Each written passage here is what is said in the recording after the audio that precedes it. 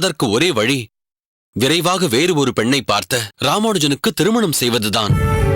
இதற்கு மேலும் தாமதிப்பதில் எந்த பயனும் இல்லை. வேண்டாம், கூடாது. ஏன் வேண்டாம்? நாளை தஞ்சமாம்பாளுக்கு கல்யாணமாகி அவள் புக்ககம் போன பிறகும் இப்படித்தான் உன் எண்ணத்தை மாற்றிக்கொள்ளாமல் இருக்கப் போகிறாயா? ஒருவேளை அப்படியே நடந்தாலும் என் மனதில் அவள் மாற்று பெண்ணாகவும் அவள் மனதில் நான் மாமியாராகவும் என்றும் இருப்போம்.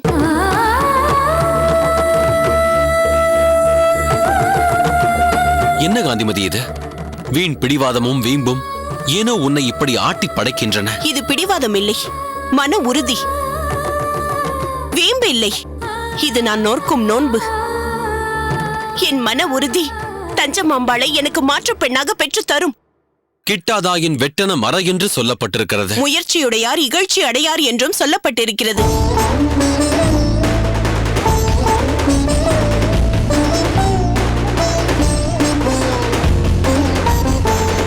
இனி உன்னிடம் பேசி எந்த பயனும் இல்லை. வீணாக நமக்குள் வாதம் செய்து கொண்டிருப்பதில் அர்த்தமும் இல்லை. நிலைமை கைமீறி போய்விட்டது என்பது தெள்ளத் தெளிவு. இல்லை என்று பாசாங்கு செய்வது நம்மையே நாம் ஏமாற்றிக் கொள்வது போலாகும். நான் நிதர்சனம் என்ன என்பதை புரிந்து கொண்டு விட்டேன்.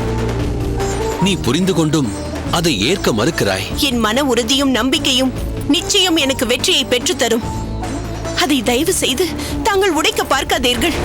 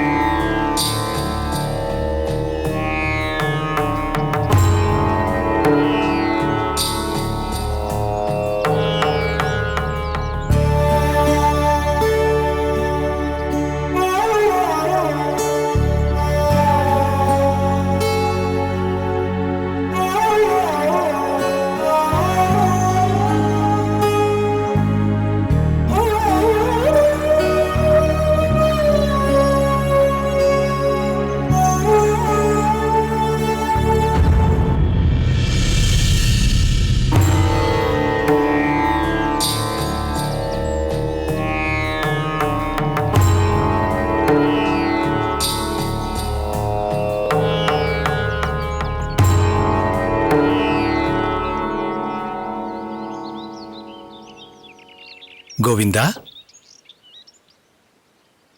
கோவிந்தா. அண்ணா, என்ன கோவிந்தா ஆழ்ந்த சிந்தனை?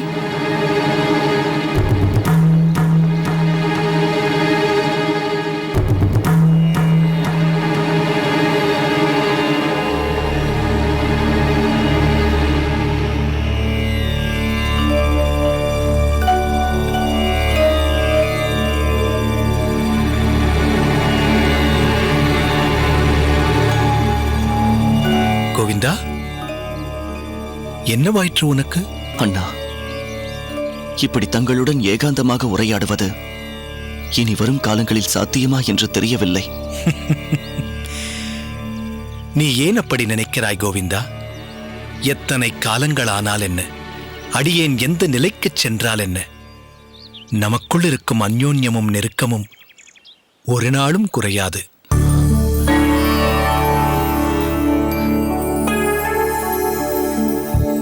மிகவும் சந்தோஷம் அண்ணா. சரி, எதற்காக திடீரென்று இப்படி ஒரு கேள்வியை கேட்டாய்? சில பேர் கூறுகிறார்கள் அண்ணா, கல்யாணமாகிவிட்டால் குடும்ப பொறுப்பிற்கே நேரம் சரியாக இருக்கும் என்று. அதனால்தான் நாம் சந்தித்து உரையாடுவதே கடினமாக போய்விடுமோ என்று கேட்டேன். தேவையில்லாத வீண் கவலையை விடு கோவிந்தா. இப்போது அடியேன் இங்கிருக்கிறேன், நீயும் இருக்கிறாய். உனக்கு என்ன தெரிந்து கொள்ள வேண்டும்? வேதங்களில் உனக்கு ஏதேனும் சந்தேகங்கள் இருக்கின்றனவா? இருக்கிறது அண்ணா. இப்போது வாரம் 2 முறைதானே பாடசாலைக்கே சென்று வருகிறோம். உண்மைதான், இது சற்று அதிக இடைவெளிதான்.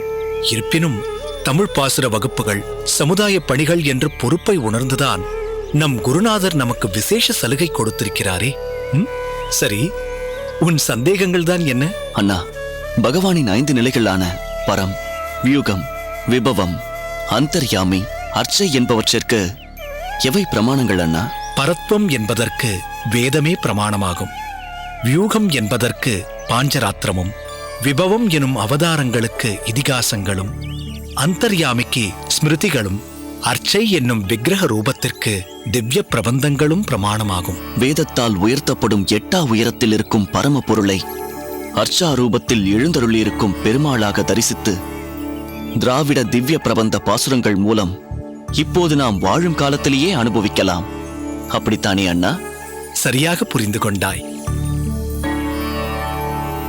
வேதத்தை நன்கு கற்று தேர்ந்து அனைவருக்கும் புரியும்படி திவ்ய பிரபந்த பாசுரங்கள் மூலம் பகவானின் கல்யாண குணங்களை விளக்கினால் அனைவருக்கும் எளிதில் புரிந்து உய்வு அடைவார்கள். இப்படி அந்த பகவான் பஞ்ச நிலையிலும் உள்ளான், பஞ்சபூதத்திலும் உள்ளான். இதையே தான் நம்மாழ்வாரும் பரந்த தன் பறவையுள் நீர்த்தொரும் பரந்துளன் பரந்த அண்டம் இது என நிலம் விசும்பு ஒழிவர கரந்தசில் இடந்தொரும் இடம் திகழ் பொருள் தொறும் கரந்து எங்கும் பரந்துளன் இவை உண்ட சுரனே என்று தன் திருவாய்மொழியில் குறிப்பிடுகிறார். அதாவது குளிர்ந்த கடல் நீர் அணுக்களிலும் அண்டத்திலும் பூமி வானம் ஆகியவற்றுள்ளும் எங்கும் எம்பெருமான் பறந்து வாழ்கிறார். ஒவ்வொருவரின் உடலுக்குள் உறையும் ஆத்மாவாக சிறியவற்றுக்கெல்லாம் சிறியவையாகவும் பிரளய காலத்தில் அனைத்து பிரபஞ்சத்தையும் தன்னுள் அடக்கி பெரியவற்றிற்கெல்லாம் பெரியவராக காத்து ரட்சிக்கிறார். இதுவே இப்பாசுரத்தின் பொருள். எம்பெருமான் சர்வ வியாபி என்பதுதான் முதலும் முடிவுமான கருத்து இல்லையா அண்ணா? ஆம் கோவிந்தா, அதுவே சாரமான பொருள். அற்புதம் ராமானுஜா. ஆஹா, அற்புதம் ராமானுஜா, அற்புதம். வா திருமேனி, வா சாரங்கா, முன்பே வந்து விட்டீர்களா? ஆம் ராமானுஜா, உரையாடலை தொந்தரவு செய்ய வேண்டாம் என்றுதான் அமைதியாக நின்று பாசுரத்தை கேட்டோம். ராமானுஜா, நீ இப்போது சொன்ன விளக்கம் எந்த சூத்திரத்தில் சொல்லப்பட்டுள்ளது? அம்பஸ்ய பாரே புவனஸ்ய மத்தியே நாகஸ்ய பிருஷ்டே மகதோ மஹீயான் என்று ஆரம்பிக்கும் மகாநாராயண உபனிஷத வாக்கியம் முன் சொன்ன விளக்கத்தை ஒட்டி உள்ளது. ஆஹா, உடனுக்குடன் வேத மந்திரங்களை மேற்கோள் காட்டி விடுகிறாயே ராமானுஜா. அதுக்கு காரணம் நம் குருநாதரான மயூரவண்ணன் சுவாமிதான். அவர் வேத பாடங்களை நடத்தும் போது 1-2 உபனிஷத வாக்கியங்களையும் குறிப்பிடுவார். அதனாலேயே என்னால் உடனடி மேற்கோள் கொடுக்க முடிந்தது. மேலும் நாம் கற்கும் கல்வியின் அடுத்த நிலையான உபனிஷதுகளின் பால் எனக்கு ஆர்வத்தையும் ஏற்படுத்திவிட்டார். இப்படி முழு பெருமையும் நம் குருநாதர் மயூரவண்ணன் சுவாமிக்கே போய் சேரும். ராமானுஜா, உனக்கு விஷயம் தெரியுமா? நம் குருநாதர் மிகவும் உடல் நலமின்றி இருக்கிறார். சாரங்கா, நீ என்ன சொல்கிறாய்? என்னவாயிற்று அவருக்கு? அவருக்கு உடல் சுகமில்லை என்று சக்கரபாணி மூலம் அறிந்தோம். உன்னை பார்ப்பதற்காகத்தான் உன் அகத்திற்கு சென்றிருந்தோம். நீ அங்கு இல்லாததால் நேரே குருநாதரின் அகத்திற்கு சென்று விட்டோம். குருநாதர் இப்போது எப்படி இருக்கிறார்? படுத்த படுக்கையாகத்தான் பேசுகிறார். 2 நாட்களாக காய்ச்சலாம். அடடா, நமக்கு தெரியாமல் போய்விட்டதே அண்ணா. நாம் வாரத்தில் திங்களும் வெள்ளியும் தான் பாடசாலைக்கே செல்கிறோம். அதுவும் குருவின் எண்ணப்படி. நாம் 3 நாட்களாக அவர் இருப்பிடம் செல்லவில்லை. எனவே விஷயமும் தெரியாமல் போய்விட்டது. நாம் அவர் அகத்திற்கு சென்று பார்த்துவிட்டு வரலாமா அண்ணா? ஆம் கோவிந்தா, அதுதான் சரி. திருமேனி, சாரங்கா, நாம் பிறகு சந்திப்போம். வா கோவிந்தா, போகலாம்.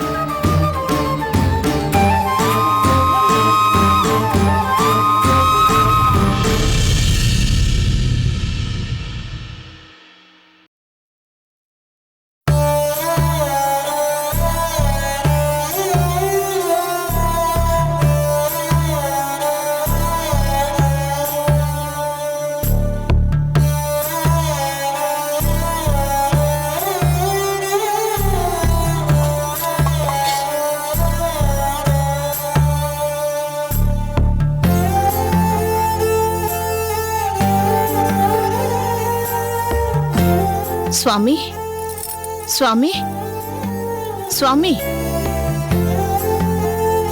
இந்தாருங்கள் சுவாமி. என்ன இது? நொய்க்கஞ்சி. நொய்க்கஞ்சியா? எனக்கு இது அவ்வளவாக பிடிக்காதே. இதைவிட பிரசாதத்தை தயிர் விட்டு மையாக பிசைந்து கொடுத்தால் நன்றாக இருக்குமே. இருக்கும் தான். ஆனால் இப்போது வேண்டாமே. முதலாவது, தயிர் இந்த நேரத்திற்கு உடம்புக்கு ஆகாது. இன்னொன்று, உடல்நிலை சரியில்லாத போது ஜீரண சக்தி குறைந்த நிலையில் நொய்க்கஞ்சுதான் ஜீரணிக்க உகந்தது. சரி, போகட்டும்.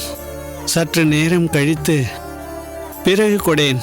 சுவாமி, தாங்கள் ஔஷதம் சாப்பிட வேண்டும். வெறும் வயிற்றில் ஔஷதம் சாப்பிடுவது சிரேஷ்டமில்லை. அதனால் கஞ்சியை முதலில் சாப்பிடுங்கள். சற்று நேரம் கழித்து ஔஷதம் சாப்பிடலாம். சரி, கொடு.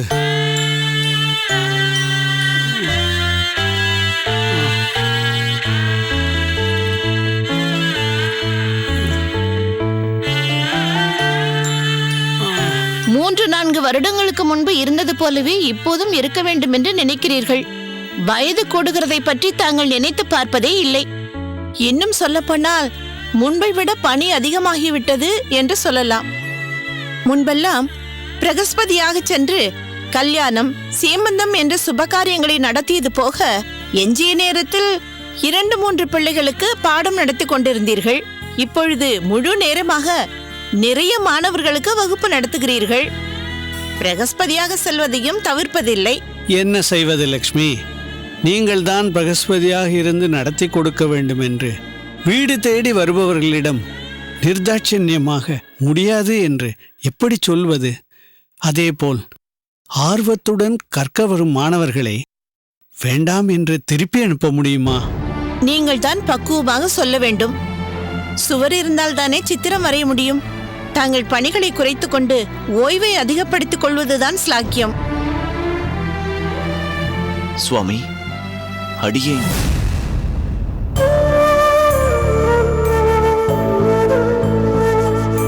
வா கோவிந்தா, உட்கார். ராமானுஜன் வரவில்லையா? நானும் ராமானுஜர் அண்ணாவும் தான் வந்து கொண்டிருந்தோம். வரும் வழியில் தங்கள் குளிர்காய்ச்சலுக்கு ஏற்ற ஔஷதத்தை வைத்தியரிடம் சென்று வாங்கி வரலாம் என்று சென்றோம். வைத்தியர் ஔஷதம் தயாராக சிறிது நேரமாகும் என்றார். கோவிந்தா, நீ முன்னே செல், நான் இருந்து கையோடு ஔஷதத்தை வாங்கி கொண்டு வருகிறேன் என்று ராமானுஜர் அண்ணா சொன்னார். வேறு ஏதேனும் சொன்னாரா? ஆகாரத்தில் எதுவும் மாற்றம் செய்ய சொன்னாரா?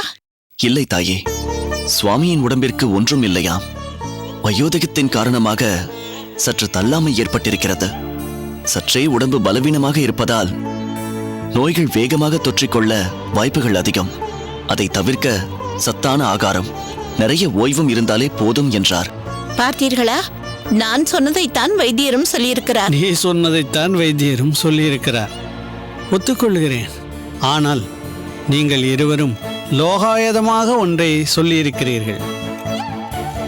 சாமானியர்கள் எளிதாக கடைபிடிக்கக்கூடிய சத்தான உணவு பற்றியும் ஓய்வு பற்றியும் சொல்லியிருக்கிறீர்கள். ஆனால் பாடசாலை நடத்துவது என்பது ஒரு கைங்கரியம், ஒரு சேவை. இங்கு வேதங்களை பற்றியும் உபனிஷத்துக்களை பற்றியும் ஆத்ம ஞானத்தையும் போதிக்கிறோம். சாதாரண பௌதீக விஷயங்கள் பற்றி அல்ல. கடைசி வரையில் உயிர் பிரியும் தருவாயில் கூட பல ஆச்சாரியர்கள் இவற்றை போதனை செய்திருக்கிறார்கள். அடியன் தாசன். வா ராமானுஜா.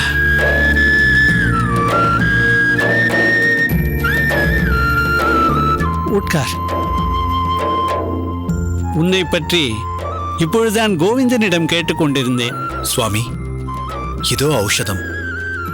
தங்களுக்கு உடனடியாக தரச் சொல்லி வைத்தியர் கூறி அனுப்பியிருக்கிறார்.